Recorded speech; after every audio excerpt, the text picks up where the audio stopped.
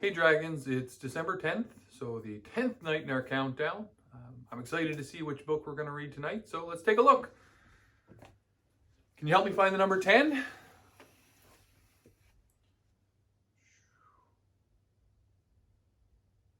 Oh, there it is. All right, let's take a look. So tonight, we're going to read Pinocchio. All right, let's get going.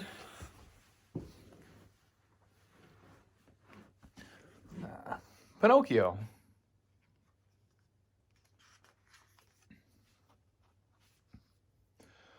Once upon a time, in a quaint little village, a beautiful wishing star shone brightly in the evening sky. A cricket named Jiminy wandered along the village streets. He spotted a lighted window and went inside. Jiminy Cricket looked around, amazed. He had stumbled on a woodcarver's shop full of fantastic clocks, cute little music boxes, and shelf after shelf of toys. The shop belonged to a kind old man called Geppetto.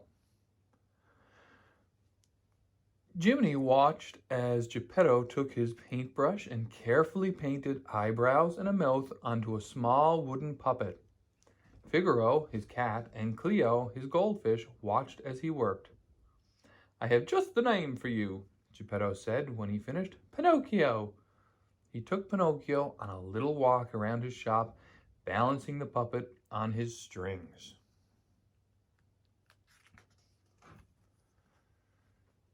Later, Geppetto and Figaro climbed into bed. Geppetto gazed out of the window, looking up at the sky. "It's a wishing star," he cried. Then he made a wish. As Geppetto slept, he dreamt about his wish. He had wished that Pinocchio might be a real boy. Suddenly, a brilliant light filled Geppetto's room.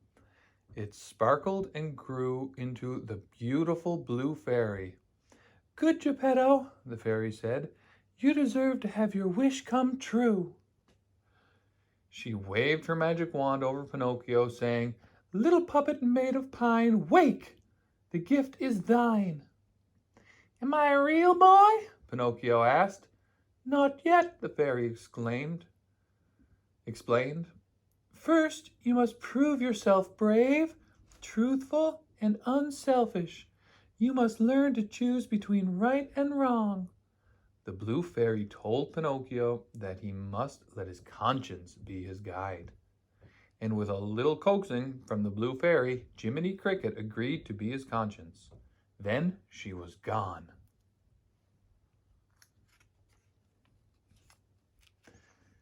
Geppetto, hearing strange noises, jumped out of bed. When he got to his workshop, he saw his little puppet dancing and singing. Overjoyed, Geppetto lifted Pinocchio into the air and hugged him close. The next morning, Geppetto walked Pinocchio outside and pointed to all the children passing by. "They are going to school," he explained. "Now that you're a little boy, you must go to school too." Hoping to make Geppetto proud, Pinocchio hurried off. He didn't realize two sneaky-looking characters were watching him. "A live puppet with no strings," the fox exclaimed. "We can sell him to Stromboli, the puppeteer." The fox tripped Pinocchio with his cane. "I am J. Worthington Foulfeather, but my friends call me Honest John," he explained. "And this is Gideon," he added, pointing to the cat standing next to him. Pinocchio looked up at Honest John. "I have to go to school," he explained. Honest John convinced Pinocchio that school was a waste of time. "Come with us," he coaxed. "We'll make you a star." Back at Geppetto's workshop, Jiminy Cricket hurried into his coat and hat and ran out of the door to follow Pinocchio to school. He saw Honest John, Gideon, and Pinocchio heading down the street in the wrong direction. Soon, Jiminy Cricket caught up with Pinocchio and tried to change his mind, but it was too late. Honest John had convinced Pinocchio to go on stage. They were going to see Stromboli, the puppeteer. Honest John led Pinocchio right into Stromboli's greedy hands. That night, Pinocchio made his stage debut with Jiminy Cricket in the audience. Everyone was amazed to see a singing, dancing puppet with no strings. When the show was over, the crowd applauded wildly and threw gold coins at Pinocchio's feet. Pinocchio loved all the attention, and Stromboli loved all the money the little puppet had made him. Later that night, Pinocchio couldn't wait to get home and tell Geppetto all about his new career. When Stromboli heard Pinocchio talking about going home, he threw him in a cage and locked the door.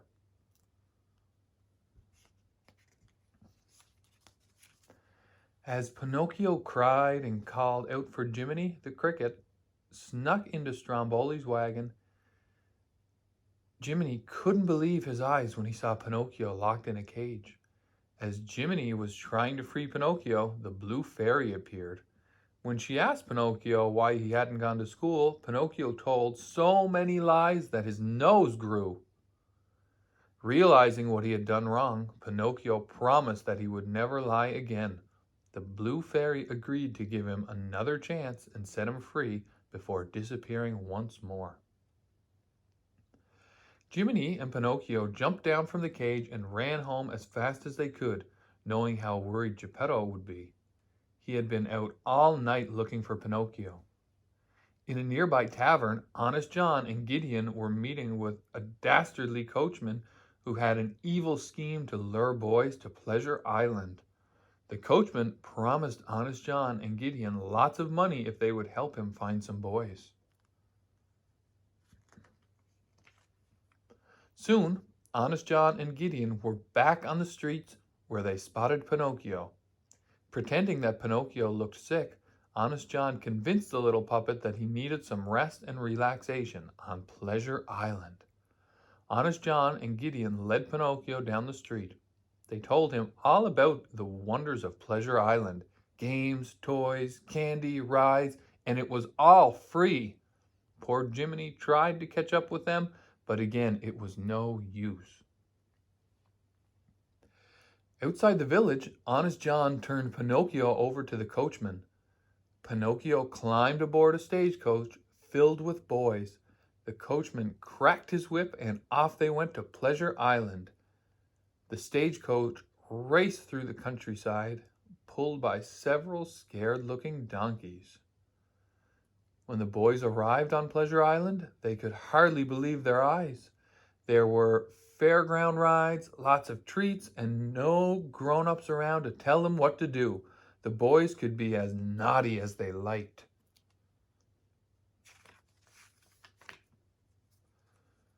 Pinocchio soon made friends with a boy named Lampwick.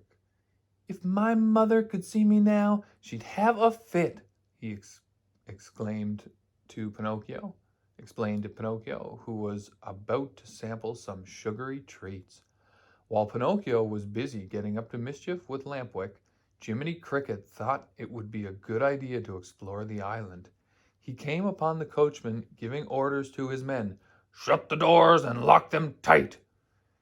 Jiminy knew he had to find Pinocchio right away. He saw a light in the pool hall.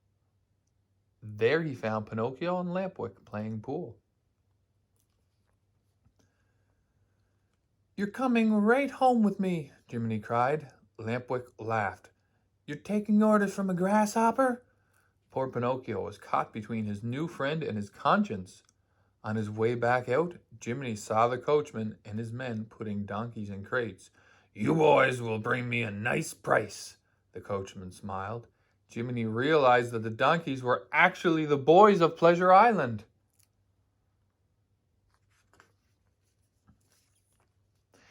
Jiminy ran back quickly to warn Pinocchio, but it was too late.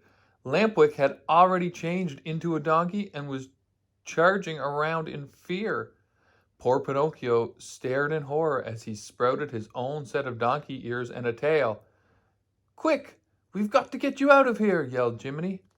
Pinocchio and Jiminy Cricket raced across the now deserted island, leaving the coachman and poor donkeys behind. They climbed up the cliff rocks and jumped into the sea. Exhausted, the pair finally reached the shore and headed for home. But when they arrived, Geppetto was nowhere to be found. A dove flying overhead dropped a letter for Pinocchio. The letter said that Geppetto had gone looking for Pinocchio and had been swallowed by a whale named Monstro. Pinocchio and Jiminy headed back to the open sea. At the bottom of the ocean, they began their search for Monstro. Pinocchio and Jiminy asked every fish and sea creature where to find Monstro, but no one would help them.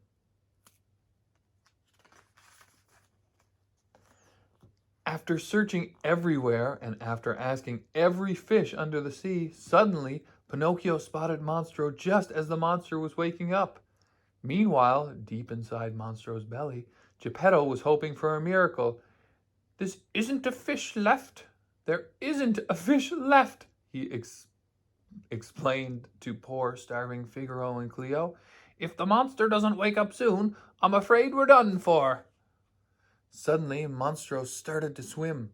He was ready for lunch. He opened his gigantic jaws and sucked in an entire school of fish, and Pinocchio along with them. Pinocchio and the fish swam down the whale's throat and into his giant belly.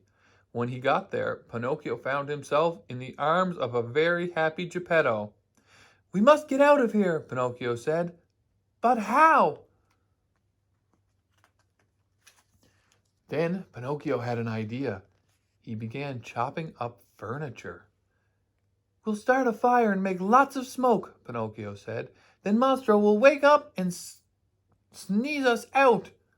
Monstro soon felt the fire in his belly. Inside, everyone quickly jumped onto a raft that Geppetto had built and paddled towards the whale's throat. When Monstro let out an enormous sneeze, he blew the raft out to sea. Monstro was furious seeing the raft bobbing up ahead. He chased Pinocchio and Geppetto, who were holding onto the raft for dear life. Monstro reached the raft and smashed it into pieces with his tail. Pinocchio, holding on to Geppetto, swam with all his might. Bravely, he managed to lead Monstro into a collision with the rocks. Pinocchio had made sure that Geppetto got safely to shore. Geppetto came to and saw Cleo in her bowl and Figaro lying safely on the shore beside him. But when Geppetto looked around for his little son, he found him lying face down in the water. Geppetto gently picked Pinocchio up and carried him home. Once inside, Geppetto laid Pinocchio on his bed and kneeled beside him, wishing with all his heart for Pinocchio to wake up. Suddenly, the blue fairy appeared. She waved her wand over Pinocchio, saying, "You have proven yourself brave, truthful, and unselfish. Now you will become a real boy." The lifeless wooden boy was suddenly transformed into a real boy. Geppetto was so happy that his wish had finally come true. He wound his music boxes and they all began to dance. What a celebration they had! The woodcarver, his son, the cat, the goldfish, and a wise cricket named Jiminy. The end. Well, I hope you enjoyed tonight's story, and we'll see you tomorrow for the next one.